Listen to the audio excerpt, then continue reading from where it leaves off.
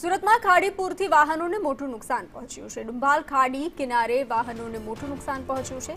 હજારો વાહન પાણીમાં ગરકાવ થતા નુકસાન તો વાહન રિપેર કરવા માટે 3 માસ સુધીનું વેઇટિંગ છે। લાંબા વેઇટિંગના પગલે વાહન માલિકો પરેશાન છે। ટોઈંગ માટે ઊંચા ચાર્જ વસૂલવાનો આક્ષેપ કરવામાં આવ્યો છે।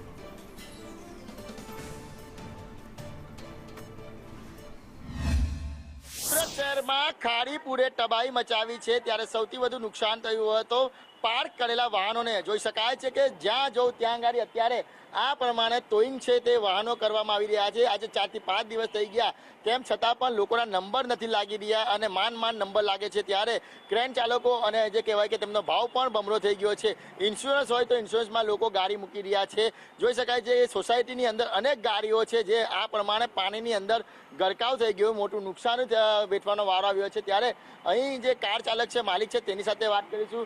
भैया किस तरह से गाड़ी खड़ी थी, अभी क्या पोजीशन है, क्या बताया कंपनी ने? गाड़ी पार्किंग में थी और पानी पूरा घर के अंदर चला गया और पार्किंग पूरी आधी डूब गई थी गाड़ी वगैरह। और 2 से 3 महीने की वेटिंग बता रहे हैं कि भाई आपकी गाड़ी ठीक होकर आएगी 2 से 3 महीने। उसमें ही फाइनल लिए कि ठीक होगी क्या होगा। अभी 6 महीने हुए थे गाड़ी लिए हुए। ऐसी कितनी गाड़ी डूबी होगी सोसाइटी में? सोसाइटी के मतलब कि 25 से 30 गाड़ियाँ सब गाड़ी। तो एक सोसायटीની અંદર 25 થી 30 ગાડીઓ છે તે ડૂબી ગઈ છે। જોઈ શકાય છે કે અત્યારે આ નવી નક્કોર ગાડી છે તે પણ પાણીની અંદર ગરકાવ થઈ ગઈ હતી।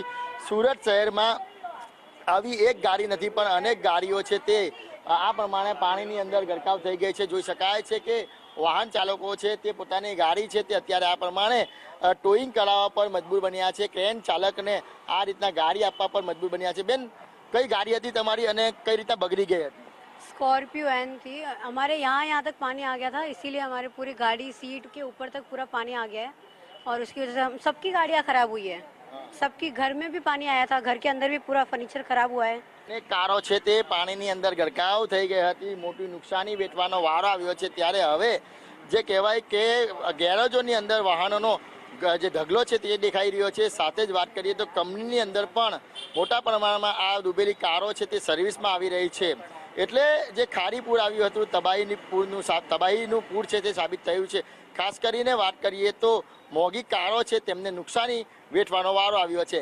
કેમેરા પર્સન અજીત પટેલ સાથે મનીષ પરમાર, સંદેશ ન્યૂઝ, સુરત।